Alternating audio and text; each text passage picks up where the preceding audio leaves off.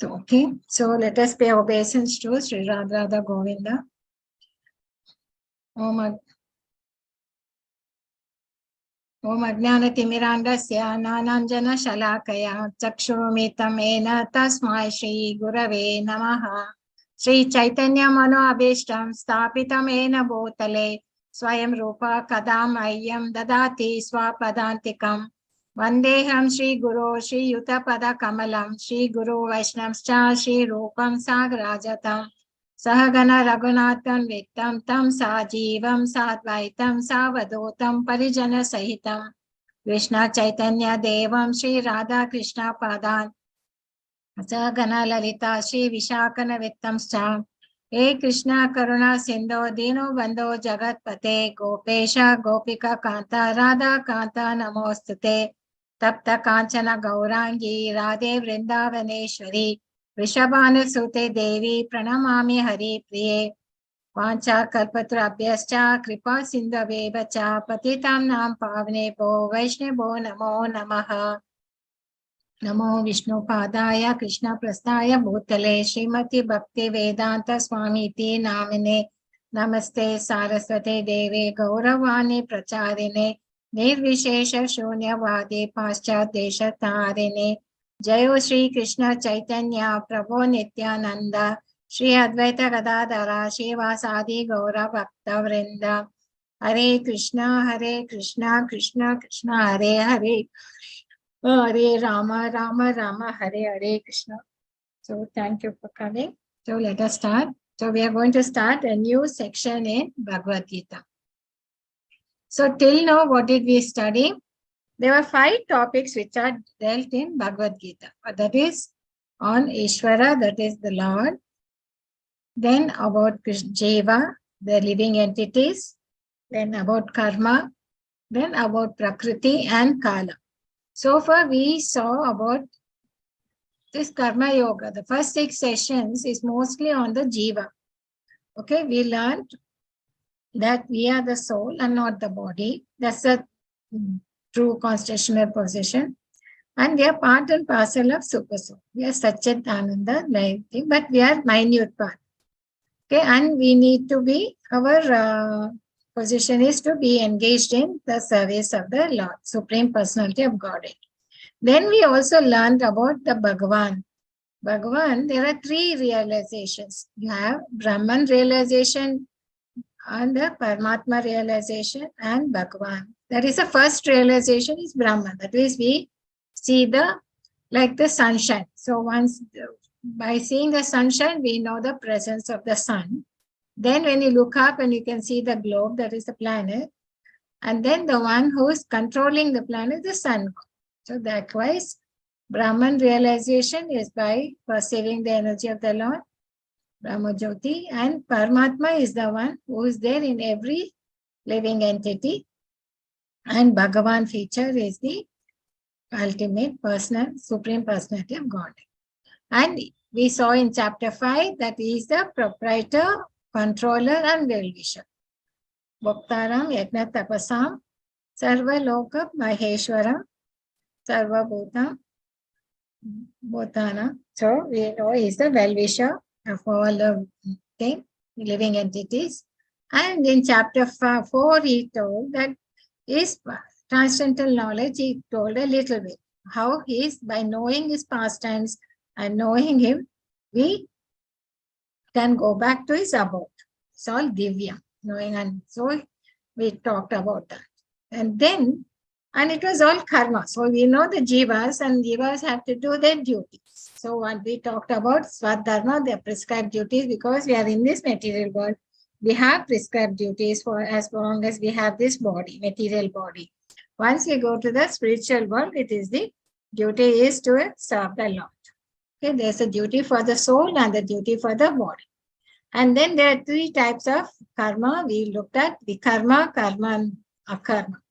Vikarma and karma, you have reactions. Could be punya or papa, but you will be having reactions because of. But when you do for the Lord, there's no reaction. So then we looked at the yoga ladder, karma yoga, nishkama karma, and you have also jnana yoga, then ashtanga yoga, bhakti yoga. That was the letter we concluded yesterday, and where the Krishna concludes that Bhakti Yoga is the highest.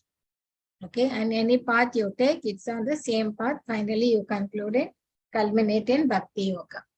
Now, and he has not touched much upon Prakriti and Kala, which is going to be done now in this 6 sessions. It will be mostly about Bhakti. That is Bhakti Yoga, how the Lord is related to all of us. Okay. So this is the summary of the last 6 chapters. Let us see what we're going to see in that. Here, this chapter has got 3 + 6 sessions, and it starts with knowing Krishna in full by hearing about him, and it's going to talk about both his energies, material energies, which it's all about the Lord and how he is controlling the 3 modes of nature, and how there are people who do not have this knowledge and they never surrender, and there are pious people who surrender to the Lord, and talked about the other types of people who surrender to demigods or who are impersonalist. So then, what is the thing which is causing us the bewilderment? It is Ichcha, Dvesha. So we are going to see all that in this chapter. As explained in 6.47, yogi who always thinks of him in devotion is the best of all yogis. He is concentrating on him in full faith. Okay, that is what we saw.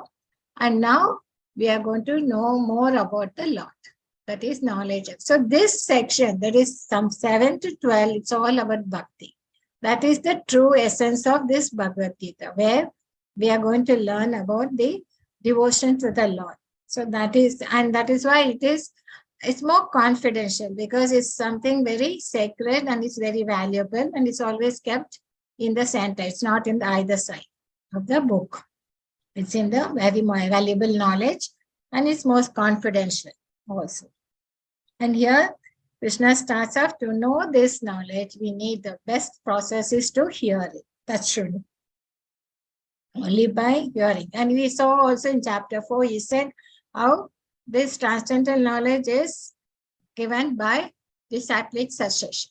Okay, only by that they can understand, and not by any other means. And that for that, it has to come by bona fide masters, spiritual masters. That vidi pranipatena prati prakshena. You said you have to hear submissively, serve the master, and you can get the knowledge. Only then you'll be able to get it. So he talked about that. So here is going to talk how the way of acquiring knowledge is only through process of hearing. Okay.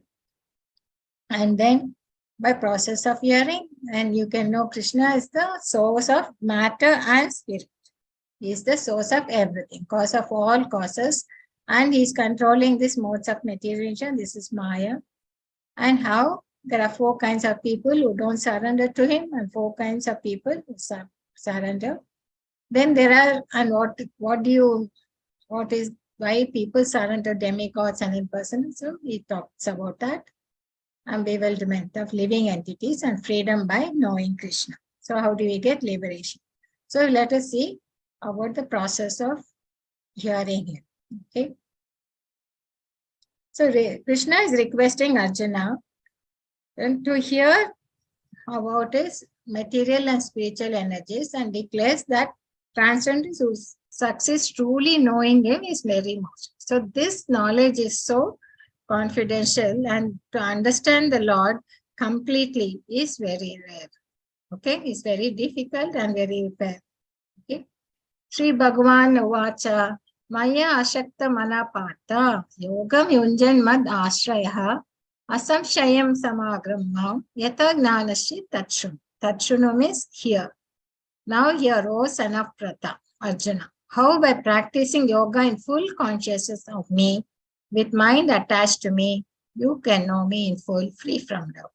Asakta mana and Partha, yogam yunjam ashraya. Only if you practice yoga in full consciousness of me, with mind attached to me, then you can know me in full by thing. So here we can see the purport is very interesting.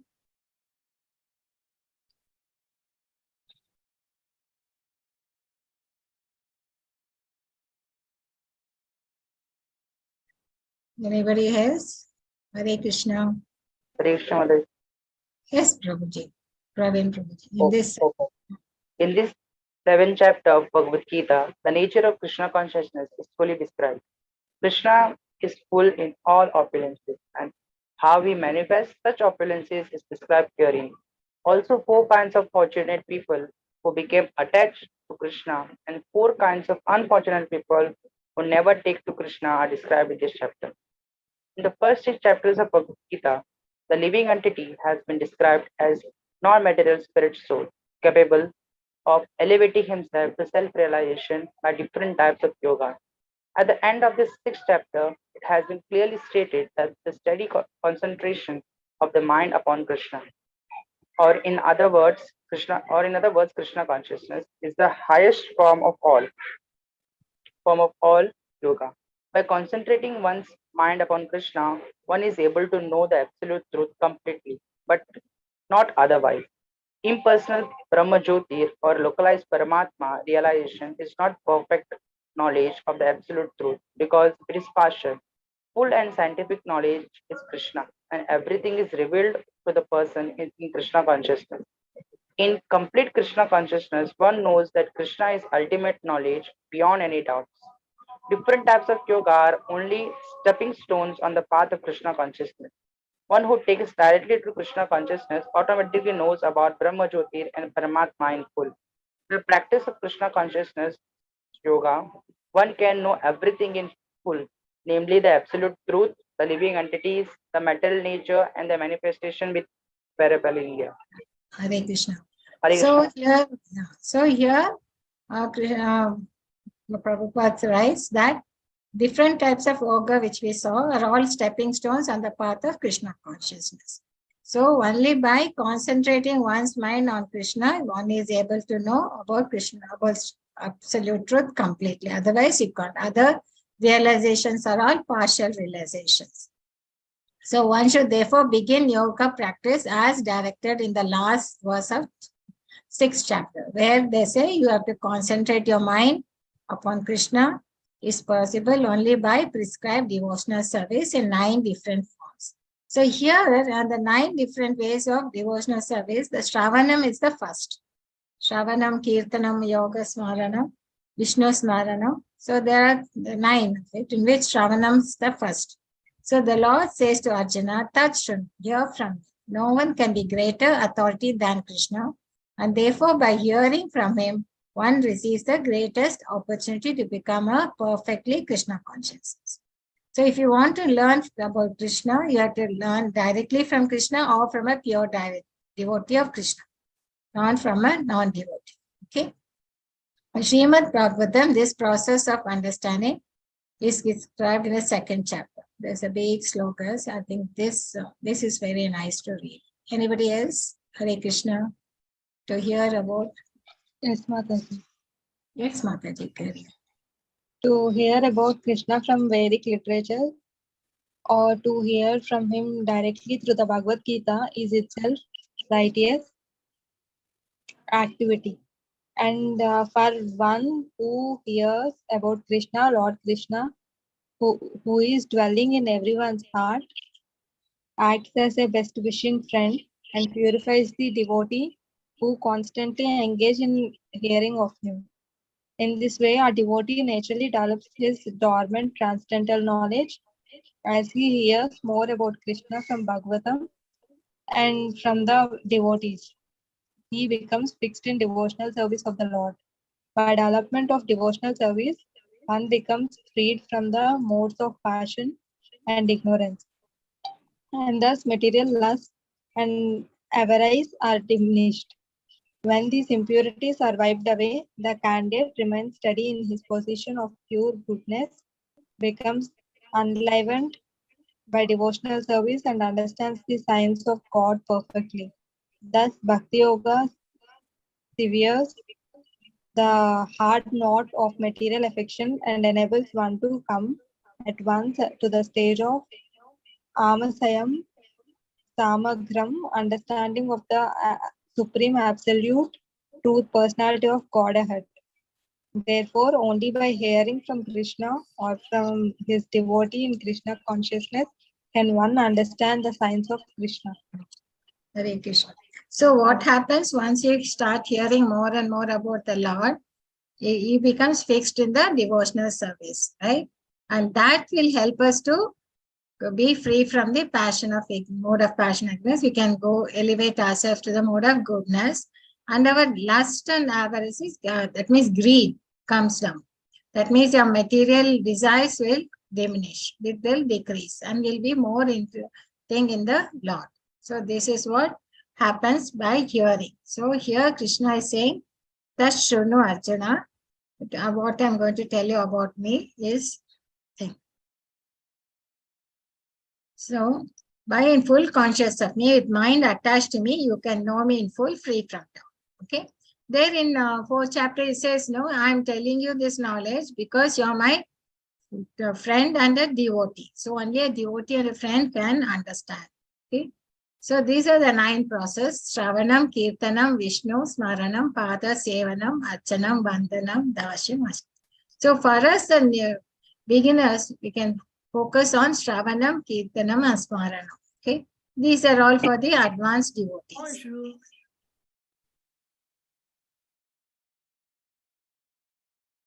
Okay. So in the purport we saw, therefore one should begin yoga practice as directed in the last verse of 6. Concentration of the mind upon Krishna is possible only by prescribed devotional service in 9 different ways. Okay. So the Lord says, touch and hear from me. So now I shall now declare unto you in full this knowledge, both phenomenal and numinous, by knowing which there shall remain nothing further to be known. So here he is addressing to the transcendental knowledge. Okay, that knowledge about his energies and about his material energies and spiritual energies. By knowing which, there's nothing, because we are knowing all about the Lord, right? So here he very clearly declares that knowing this is nothing remains further to be known. Out of many thousands among men, one may endeavor for perfection. Of those who have achieved perfection, hardly one knows me in truth. So here he is talking like in a marathon race. There's so many people, hundreds of people will join. And finally, in the end, you see only few will be trickled down, and that one will finally finish the race. Same here, many thousands of people will endeavor for perfection, but not all would not reach. And that among them, some would have reached perfection, but still they may not know him completely. So knowing him in truth is very rare. Okay, that's what here the Lord says is very rare. Okay. So generally, why people have different grades of men? Some are interested in animal purpose. They're only enough for the sense gratification, eating, sleeping, mating, giving. Only few people will take to transcendental knowledge, right? So to know about the soul, the super soul, what is the absolute truth. So that very few. Even we've seen that how many are joined in the 18 days course, only few will come to level 2. And it just comes down the numbers. Not everybody has the thing. So in the chapter 6, we understood the soul and process, difference between soul and matter. Then we looked at Brahman realization. And Dhyana Yoga, they meditate on the Paramatma, right? And then we understood Krishna as absolute truth is the cause of all causes. He is a supreme personality, Godhead. All 6 opulences he has in full.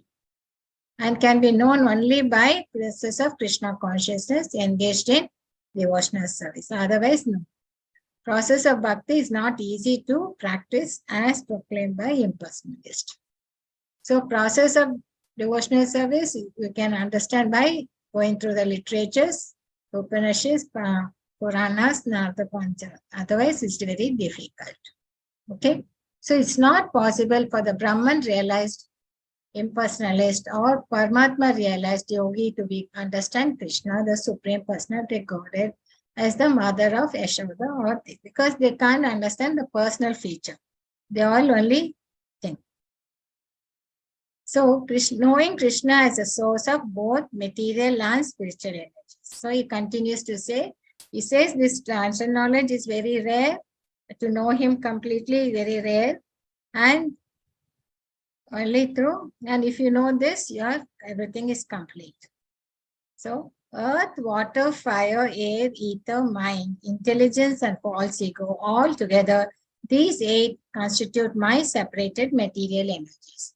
Bhumi, Rapo, Nalo, Vayu, Kama, Mano, Buddhi, Revacha, Ahankara is false ego, Ityam me, Binna, Prakirtir, Ashtara. Ashtara means 8.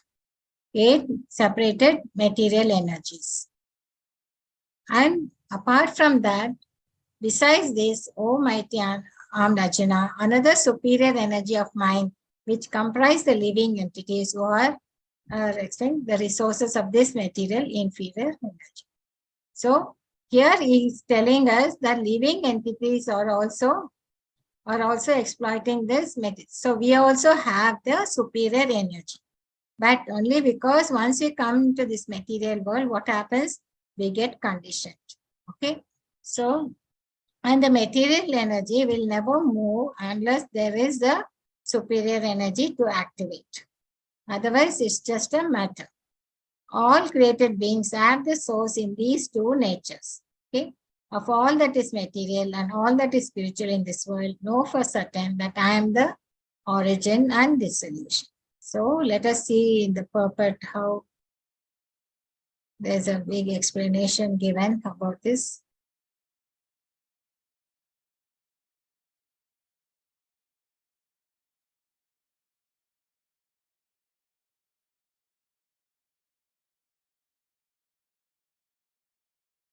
Science of God analyzes the constitutional position of God and his diverse energies. Material nature is called Prakriti, or the energy of the Lord in his different Purusha incarnations, as described in the Narada Pancharata, one of the Sattvata Tantras. Okay. So anybody can read from this for material creation. Hare Krishna. Okay, Mataji. Yes, Prabhuji. For material creation, Lord Krishna plenary expansion assumes 3 Vishnus. The first one, Mahavishnu, creates a total material energy known as Mahatattva. The second, Garbhodaka Sai Vishnu, enters into all the universes to create diversities in each of them.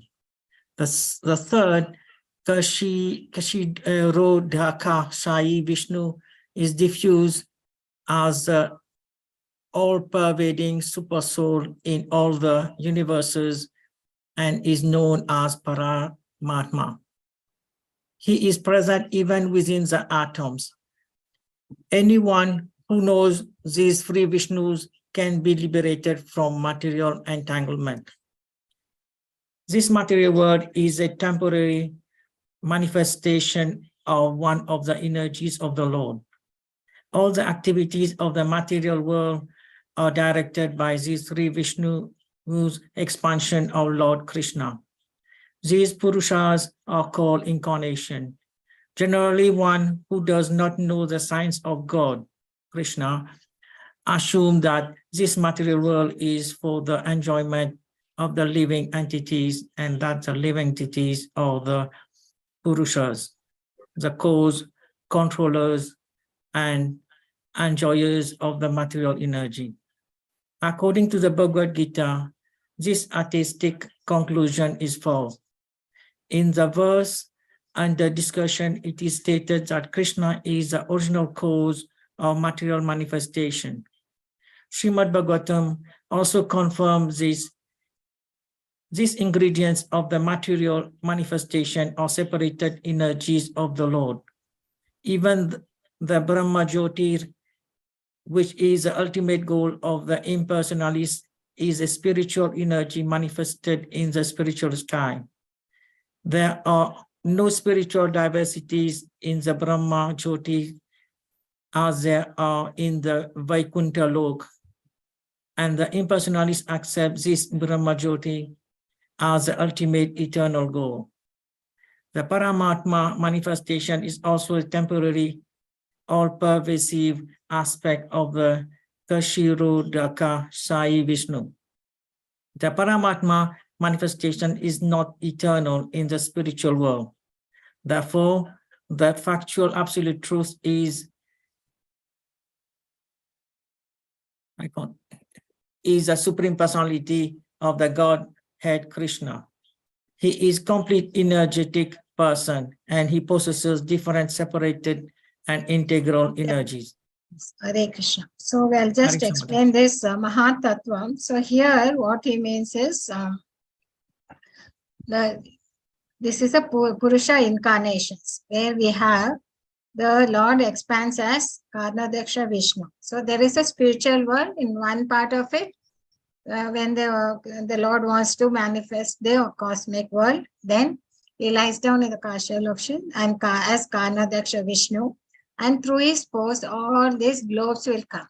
Okay, and one such globe is what we are in.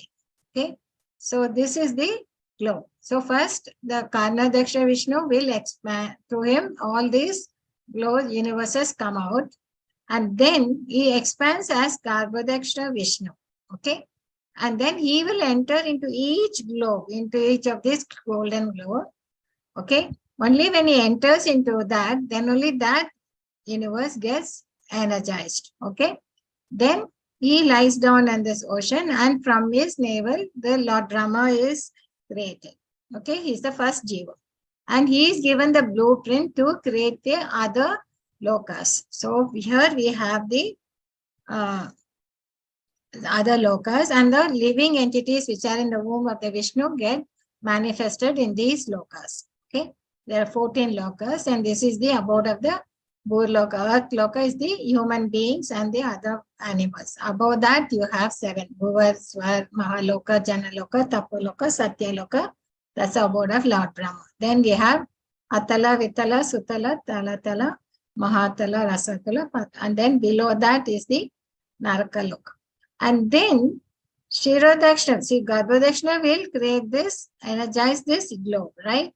Then Shirodakshana Vishnu, there's another, one more expansion of the Vishnu is Shirodakshana Vishnu will enter into each atom and is a Paramatma into our Jivas also. So he gets into everything, only then it gets energized. Otherwise, the material energy will be just earth, water, fire, ether, air, false ego, Mahatattva. So this whole thing is known as Mahatattva, right?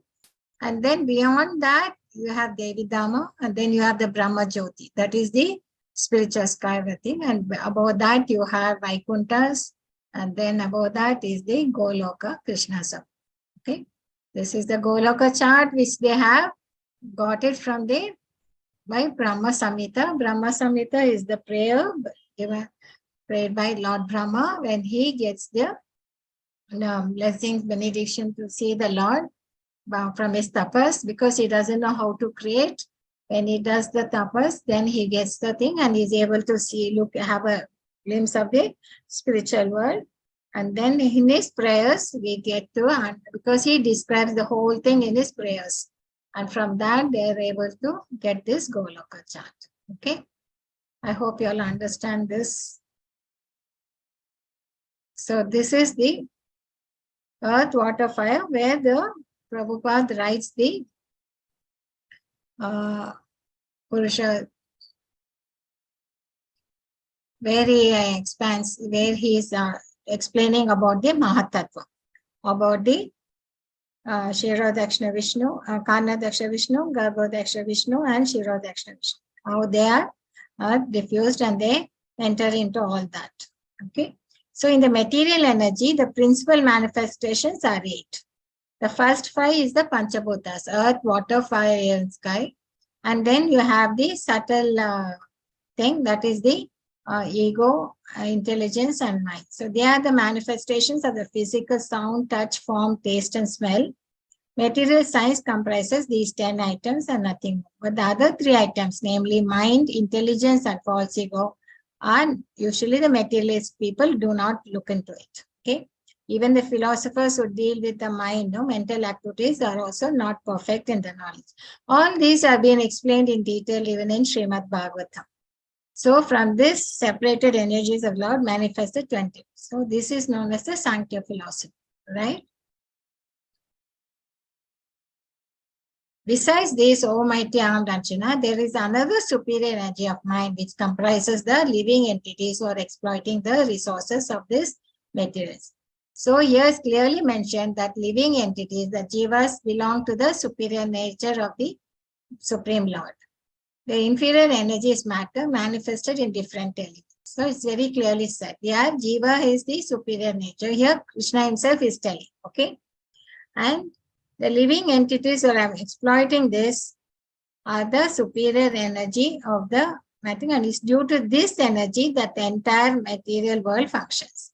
So this we have to understand very clearly. See, in a city, if there's only houses and buildings and there's no people living in it, or it's all abandoned, doesn't look very lost. There's like a no life. Only when there's people in the city, only that particular city has some life. If there's no people living in it, no animals, it is just a dead matter, isn't it? Likewise, here he says the material world will function only by the energy of the superior energy. So unless the superior energy enters, even like of this body which you have, it is have the Panchabhutas, right?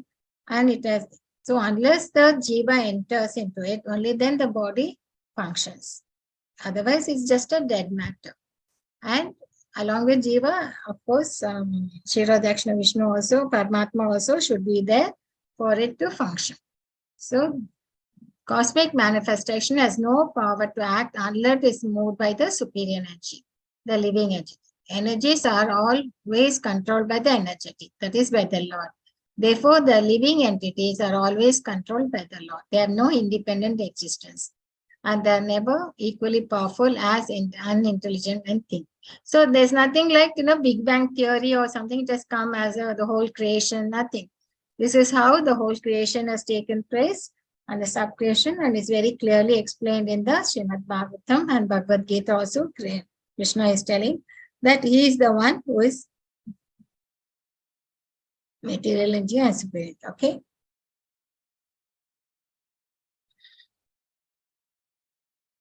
So Supreme Lord Krishna is the only controller. All living entities are controlled by him. The living entities are his superior energy because the quality of their existence is one and the same with the Supreme. But they are never to equal, because though we are the same, but we are not equal to the Lord in the quantity of power. Okay. So while exploiting the gross and subtle energy, the superior energy forgets his real spiritual mind and intelligence. This forgetfulness is due to the influence of the matter upon the living entity. So this is what happens when he gets conditioned when he comes to the material world. He forgets his true nature, that is, it is spiritual energy, that is, it's a soul. And he thinks identity, he thinks his body is that is this real identity. So that's why he falls under illusion. And this is the illusory material energy.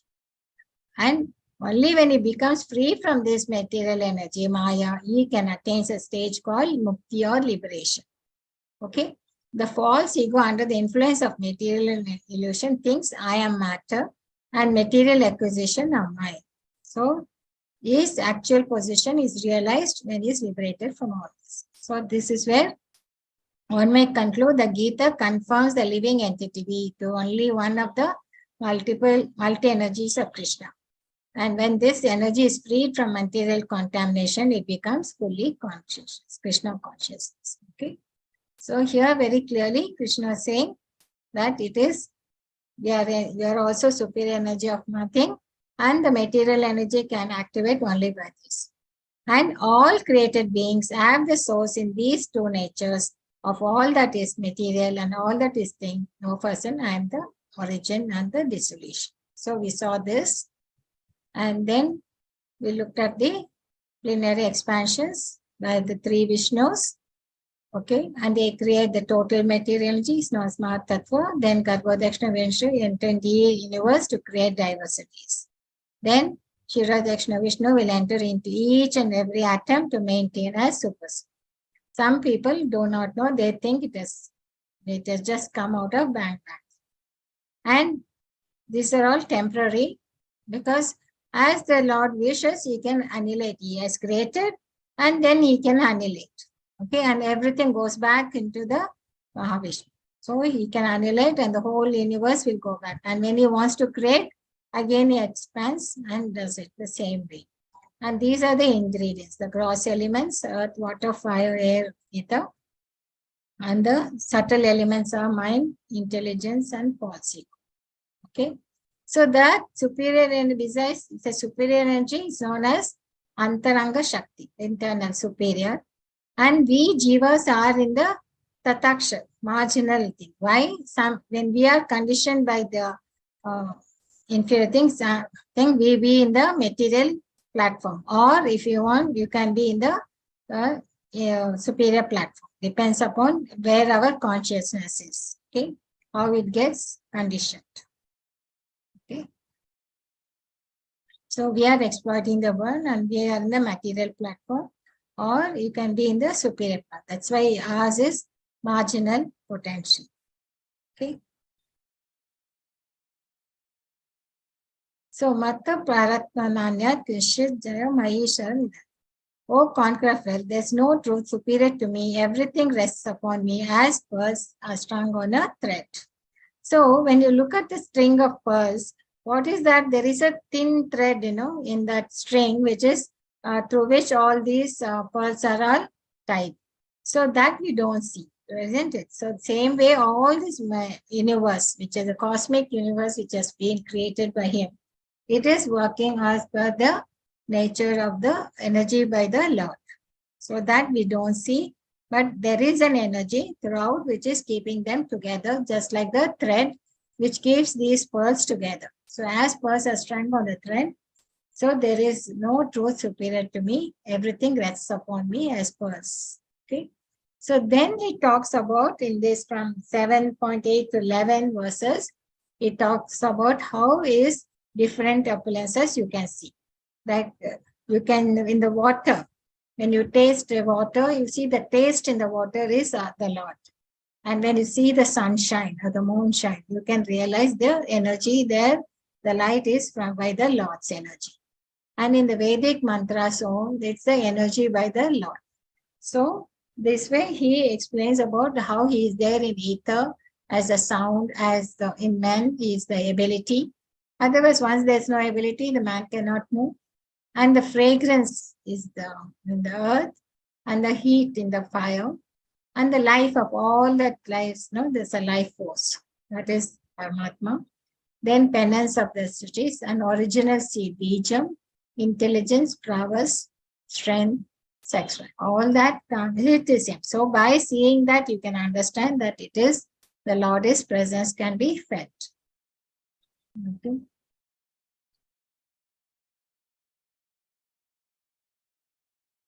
Hare Krishna, anyone can explain this verse, explains how the Lord is all pervasive.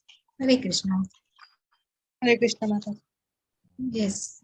Verse explains how the Lord is all pervasive by his diverse material and spiritual energies. The Supreme Lord can be preliminarily perceived by his different energies, and in this way he is realized impersonally as the demigod. And the sun is a person and is perceived by his all-pervading energy, the sunshine. So the Lord, although in his eternal abode, is perceived by his all-pervading diffusive energies. The taste of water is the active principle of water. No one likes to drink seawater because the pure taste of water is mixed with salt. Attraction for water depends on the purity of the taste, and this pure taste is one of the energies of the Lord. The impersonalist perceives the presence of the Lord in the water by its taste, and the personalist also glorifies the Lord for his kindly supplying tasty water to quench man's thirst. That is the way of perceiving the Supreme. Practically speaking, there is no conflict between personalism and impersonalism. One who knows God knows the impersonal conception and the personal conception are simultaneously present in everything, and that there is no contradiction. Therefore, Lord Chaitanya established his sublime doctrine, Asintya Bheda and Abheda Tattva, simultaneous oneness and difference. Hare Krishna. So here he was, here the son of Kunti and the taste of water, the light of the sun, the moon, the syllable Om in the Vedas, and the sound in ether, and ability. So the Krishna is telling how we can perceive him by his energies. We can perceive him by seeing the nature around us, by seeing the material world around us, isn't it? When you see the sunshine, he says, if you see the sunshine, the light in the sunshine is him, okay?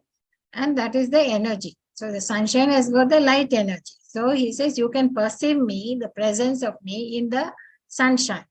And you can perceive his presence in the taste of water. So whenever we drink water, we can, the taste we get, it is by the Lord. Otherwise, there cannot be any taste. Or that is the tattva in Dhamma of the water, right? And the sunshine. So attraction for water depends on the purity of the taste, right? So what happens, there's a difference between impersonalist, how they perceive, and the personalist, okay? So the why Prabhupada writes this, because this is what he, in many of his purports, he always compares impersonalist and personalist. Okay, what do you mean by impersonalist? They will say, okay, this energy is there, this light is there, that is the energy of the Lord. But they won't give any personal feature to the one who has given us the Lord. Whereas the personalist means not only acknowledges the energy, that is, he acknowledges, oh, there's a taste in the water, but he's also thankful for the Lord who has given him the water. So he will see the Lord's presence in a personal way behind it. Whereas the impersonalist will only look at the energy part of it. They won't give any form to that one who is supplying it. So they don't do that. This is the difference, okay? So Lord Chaitanya gave us this Achinta, Veda and Veda, Abheda Tattva. That means simultaneously one and different. Like, we are, when we say superior energy, Jiva also, we are Satchitananda. Yes, we are also same like the Lord as Satchitananda. But the difference is in the quantity. We are just a tiny part of everything. We have got only little bit of Satchitananda, but we are not as powerful as the Lord. Just like a drop of water in the ocean. So the ocean is huge and we are just a drop of the water. The quality is the same, but the quantity is different. Same way, there's always oneness and there's always difference. So here, this is what the Chaitanya Prabhu's philosophy was, Achinta Veda Veda Tattva. Okay. So here, from this, while he's talking about his energies, he says you can perceive me because his energy is all pervasive. It's everywhere. You can see his presence in everything. See, here he only has given few examples, but doesn't mean that he's only in the water, he's only in the sun, or only in the moon. The thing, but he's there everywhere. Okay, and he has just mentioned few of them in this verse. Okay, so the Krishna consciousness extends everywhere, and one who knows Krishna consciousness. Those who do not know Krishna are in illusion. Okay, so knowledge of Krishna is liberation and ignorance of him is bondage. Okay. And I am the original fragrance of the earth, and the heat in fire, and the life of all that lives. I am the... May I read the Mataji? Yes, Mataji. Chandrika Mataji. Yes, Hare Krishna Mataji, purport by Srila Prabhupada ki jai. Punya means that which is not decomposed. Punya is original. Everything in the material world has a certain flavor or fragrance, as the flavor and fragrance in a flower or in the earth, in water, in fire, in air, etc. The uncontaminated flavor, the original flavor which permeates everything is Krishna. Similarly, everything has a particular original taste, and this taste can be changed by the mixture of chemicals. So everything original has some smell, some fragrance, and some taste. Vibhavasu means fire. Without fire, we cannot run factories, we cannot cook, etc. And that fire is Krishna. The heat in the fire is Krishna. According to Vedic medicine, indigestion is due to a low temperature in the belly. So even for digestion, fire is needed. In Krishna consciousness, we become aware that earth, water, fire, air, and every active principle, all chemicals and all material elements are due to Krishna. The duration of man's life is also due to Krishna. Therefore, by the grace of Krishna, man can prolong his life or diminish it. So, Krishna consciousness is active in every sphere. Thank you, Mataji. So you can see by perceiving his energy everywhere, you can perceive his presence. So this is the pervasive nature of the energy of the Lord. So he is there everywhere, and everything is maintained by him, and he is the one who is creating it. And finally, he will also alienate it. So he is the cause of all causes, and he is the thing. So Krishna, now we asked, no, so he says how to remember Krishna, how to know what. So we see how great is the Lord. So here Krishna talks about his two energies, material energy and the spiritual energy. And in material energy, you can see his pervasive nature, how he is there in every atom, and he is the cause of all causes. Okay, so that's the thing. And then we see this verse, and then we complete. Or anybody else? Hare Krishna. Bija means seed. Hare Krishna, Mataji. Yes, Prabhuji, Niranjan. Yeah. Bijam means seed. Krishna is the seed of everything. There are various living entities, movable and inert. Birds, beasts, men, and many other living creatures are moving living entities. Trees and plants, however, are inert. They cannot move but only stand. Every entity is contained within the scope of 84 lakh species of life. Some of them are moving and some of them are inert. In all cases, however, the seed of their life is Krishna. As stated in Vedic literature, Brahman, or the supreme absolute truth, is that from which everything is emanating. Krishna is Parabrahman, the supreme spirit. Brahman is impersonal and Parabrahman is personal. Impersonal Brahman is situated in the personal aspect, that is stated in Bhagavad Gita. Therefore, originally Krishna is the source of everything. He is the root. As the root of a tree maintains the whole tree, Krishna, being the original root of all things, maintains everything in this material manifestation. This is also confirmed in the Vedic literature. Nityo Nityanam Chetanas Chetanam Eko Bahunam Na Vidati Kama. It's given in the Katha Upanishad. He is the continue Prabhuji. He is the prime eternal among all eternals. He is the supreme living entity of all living entities, and he alone is maintaining all life. One cannot do anything without intelligence, and Krishna also says that he is the root of all intelligence. Unless a person is intelligent, he cannot understand the supreme personality of Godhead, Krishna. Hare Krishna. So here we will. So this is how different opulences of Krishna he talks about in these verses. Okay, so I think this we'll talk about Maya and all that in the next class. Okay, I close with this.